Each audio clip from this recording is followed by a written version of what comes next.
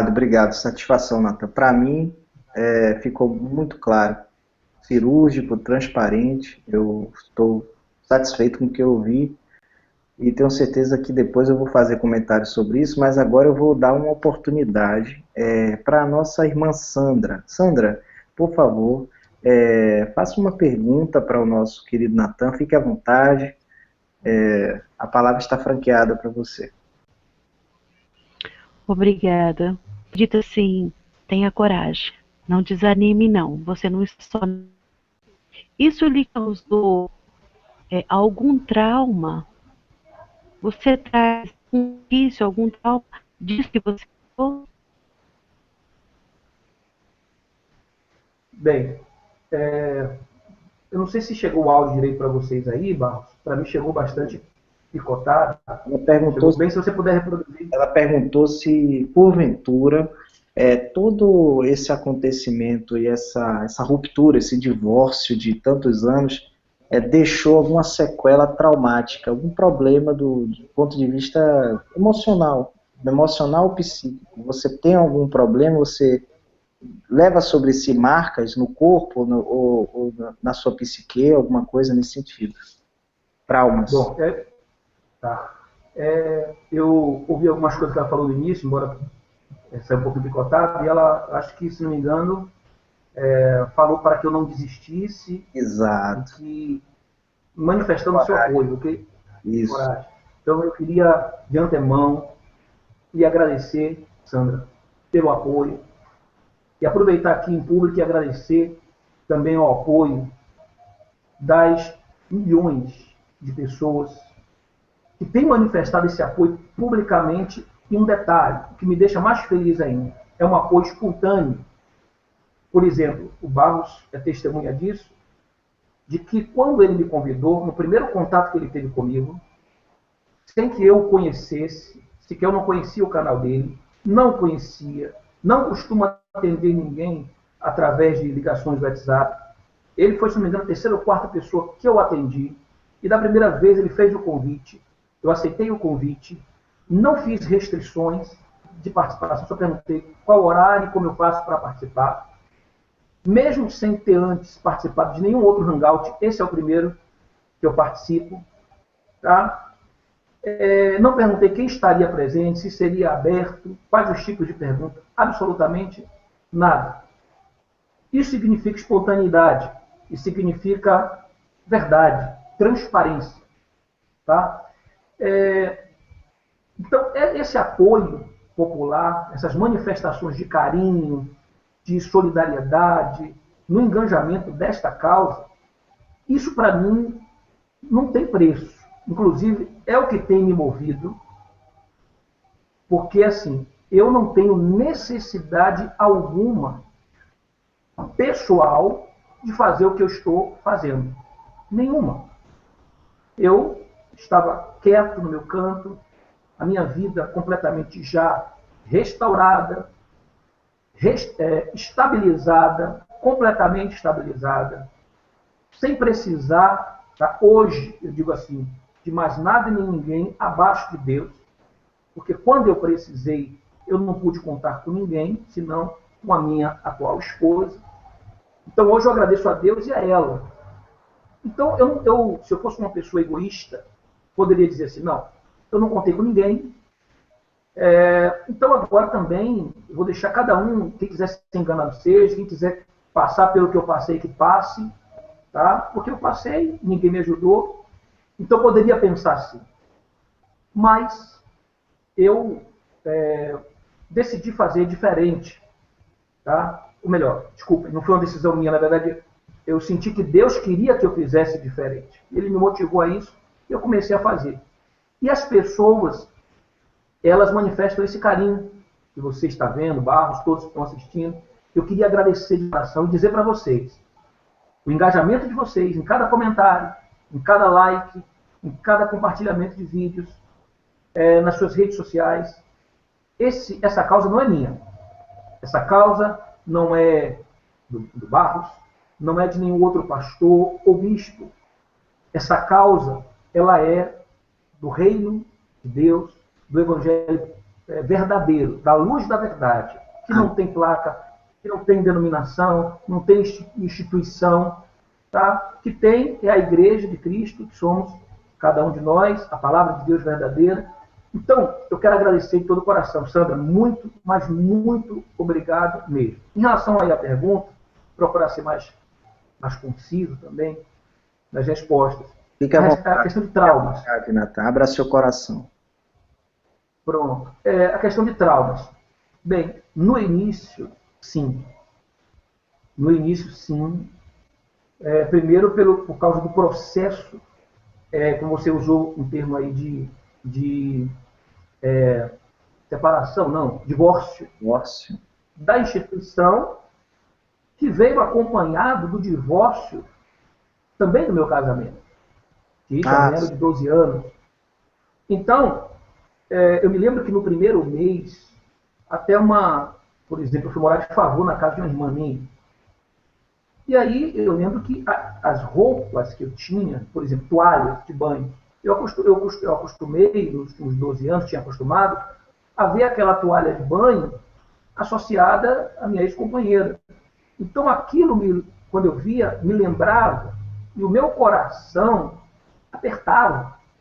É uma angústia inenarrável, não tenho como descrever isso, indescritível.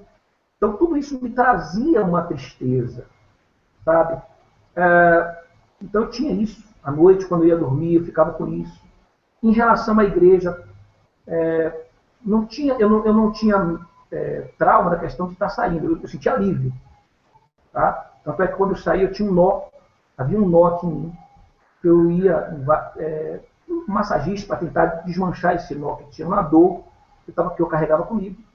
Tá? Que com um mês, eu me desliguei completamente. Eu tinha um celular e tinha um radinho Nextel. O que é que eu fiz? Desliguei os dois. Tá? Eu tinha uma irmã minha que na época trabalhava na igreja como recepcionista. E essa irmã minha, as pessoas iam pedir o meu contato e eu disse para ela, olha, eu não quero ter contato com ninguém. Nem um pastor, nem um bispo. Eu quero sossegar, eu quero ficar em paz. E eu fiquei 6 meses sem celular. 6 meses sem celular, 6 meses sem contato com absolutamente ninguém. Tá? Porque eu estava com trauma, assim, de tudo aquilo que eu via que ele teve, queria desfrutar daquela liberdade que pela primeira vez eu estava tendo. E com um mês apenas, esse nó de anos desmanchou. Era um nó de anos. E depois eu vim saber que era a questão do estresse, da tensão emocional, psicológico, abalado, essa coisa toda. Então, no início, eu tive isso. Agora, se essas sequelas permaneceram, não. Nenhuma delas, tá? Nenhuma sequer. Hoje eu não me arrependo nem um minuto, nem um segundo sequer da decisão que eu tomei. Digo que foi a decisão mais acertada que eu tomei em toda a minha vida, mesmo nos momentos cruciais e delicados que eu vivi. Não foi fácil, tá? Eu vivi momentos em que eu já cheguei meio-dia só ter cuscuz com calabresa para comer. E alguns, inclusive, nos meus vídeos, alguns dos meus vídeos, chegam a comentar: por que o senhor não devolve tudo que o senhor tem hoje, que foi as custas da oferta, dos dízimos do povo? Por que o senhor não devolve para essas pessoas, como Zaqueu restituiu 5 vezes mais? Aí as pessoas falam, essa casa bonita que o senhor tem e tal, algumas pessoas falam assim. Bom, essas pessoas, primeiro, precisam, tá, assistir os meus vídeos. Elas precisam assistir os meus vídeos para saber como eu saí.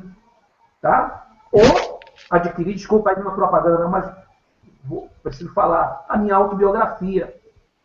Porque nela eu falo como eu vivi aqui fora. Nos vídeos, por incrível que pareça, eu nunca falei. E não foi proposital, acreditem as pessoas ou não. Toda vez que eu ensaiava de falar, eu entrava em outro assunto, não sei se vocês percebem, às vezes eu começo falando um assunto, vou entrando por outro, e terminava que eu não falava. Terminava que eu não falava. E nunca falei, assuntos que eu nunca falei. De como eu vivia aqui fora, nos vídeos. Tá? Nunca falei também da minha passagem pela Igreja Mundial, que eu vivi da minha saída. Nunca falei também da igreja que eu tive aberta por 2 anos. Então foram assuntos que eu nunca falei, depois de mais de 30 vídeos. E quando eu vi que eles estavam tirando meu canal do ar, tentando tirar, foi que eu decidi fazer a biografia, e lá eu conto tudo, detalhadamente. E eu até gostei, sabe por quê? Barro, Sandra e todos que estão na sala. Gostei pelo seguinte: primeiro, porque eu hoje estou livre da manipulação. Amém. Então hoje, se alguém quer que eu não responda nenhuma pergunta, me obrigue.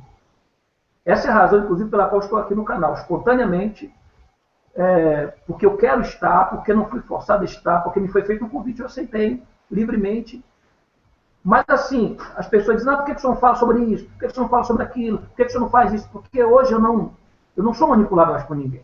Eu faço aquilo que Deus, Ele me dirige a fazer, e ponto. O que Ele quer que eu faça, eu faço. O que Ele não quer que eu não faça, eu não faço, e ponto. Eu gostei porque essas pessoas quiserem saber desses assuntos que elas cobram tanto, comprem, adquiram a minha autobiografia, porque lá eu relato tudo. Pronto. Eu sou o primeiro a... Então, bom, então eu espero que eu tenha esclarecido. Não tem nenhuma sequela. Tá? Hoje eu vivo, durmo tranquilamente. Puxa vida, paz, doença nenhuma, não tenho nenhum tipo de doença. Tá? Nenhuma dor eu sinto de cabeça, dor de nada. Eu sou uma pessoa 100% saudável. Para aqueles que torcem para a gente ter o câncer, porque está falando mal, não são de pessoas, não é da palavra, não é de Deus, longe de mim. Do formato do trabalho, da instituição, a forma como a instituição trabalha. Então fique bem claro isso, não são de pessoas, não são de obreiros, pastores, membros, muito pelo contrário, tenho amigos lá. Não tenho contato com eles, mas tenho um carinho muito grande por eles, sei que também tem esse carinho por mim. Não podem manifestar diferentemente de mim, porque não tem essa liberdade, mas eu posso manifestar. Hoje 100% tranquilo, relax, sem nenhum problema. Beleza. Eu quero deixar muito claro para vocês que estão ouvindo o Natan, a gente que viveu uma trajetória parecida, né, salvo devidas proporções, eu entendo exatamente o que vocês aí que estão agora assistindo, obreiros que vão assistir, pastores, o grande dilema, tanto o que eu tive, quanto o que Natan teve, era o seguinte: nós nos doamos tanto para o reino, acreditando ser certo, que nós esquecemos de nos precaver. E a coisa mais difícil para um pregador itinerante, para um pastor, seja ele de campo ou não, é que se ele abre mão daquela vida que ele tem, ele não sabe fazer outra coisa. E tem que refazer-se. E não tem oportunidade alguma. É por isso que a maioria desses pastores ainda estão lá. Porque acreditem, eu tenho certeza, o Natan vai confirmar isso. Quantas pessoas queriam sair, Natan, e não saem por causa disso? Responde aí para o público entender. Muitas. Eu recebo diariamente dezenas de e-mails de pastores e de esposos que estão lá dentro do sistema. E que eles apenas pedem: preserve a minha imagem, a minha identidade, mas eu estou aqui entrando em contato para parabenizar o senhor, tá? Pela sua coragem, e dizer que é tudo verdade o que o senhor está falando. Então são pessoas que estão lá dentro. E até me pedindo orientações de como eu fiz para sobreviver aqui fora. Inclusive, Barro, muito obrigado pela sua colocação e pela oportunidade que você está me dando, porque esse foi o start, tá, para eu escrever a autobiografia. Quem já adquiriu vai ver que o que eu mais falo, ensino, é o que eu fiz aqui fora para conseguir dar a volta por cima. Eu conto com riqueza de detalhes. Como foi passo a passo que eu fiz para me desvencilhar de cada dificuldade que for. Porque esse é o medo dos pastores que estão lá dentro. Eu vou sair, como é que eu vou fazer? Como é que eu vou lidar com essa situação? Quando me veem hoje como eu estou, tá, totalmente estabilizado, muitas pessoas não acreditam. Como foi possível, aos 35 anos, hoje eu tenho 44, recomeçar do zero, mas do zero mesmo. E hoje consegui estar como eu estou, tão bem quanto eu estou, graças a Deus. Bom, então chegam a não acreditar. Então eles perguntam: qual dica que o senhor me dá? Eu recebo diariamente dezenas de e-mails, pastores estão lá dentro, querem sair, mas não tem forças para isso. Não tem forças para isso. Obrigado, Natan. E tem medo, por causa do medo, né, Marco? O medo que eles têm de enfrentar a vida aqui fora. E eu não... Aí alguém fala, mas tem medo de vir trabalhar aqui fora. Talvez não é questão do medo de vir trabalhar aqui fora. Se de repente ele tivesse uma profissão, uma formação, sabe? Ele viria enfrentar a vida aqui fora com mais facilidade. Seria mais fácil tomar essa atitude, essa decisão. O problema é que ele não sabe fazer nada.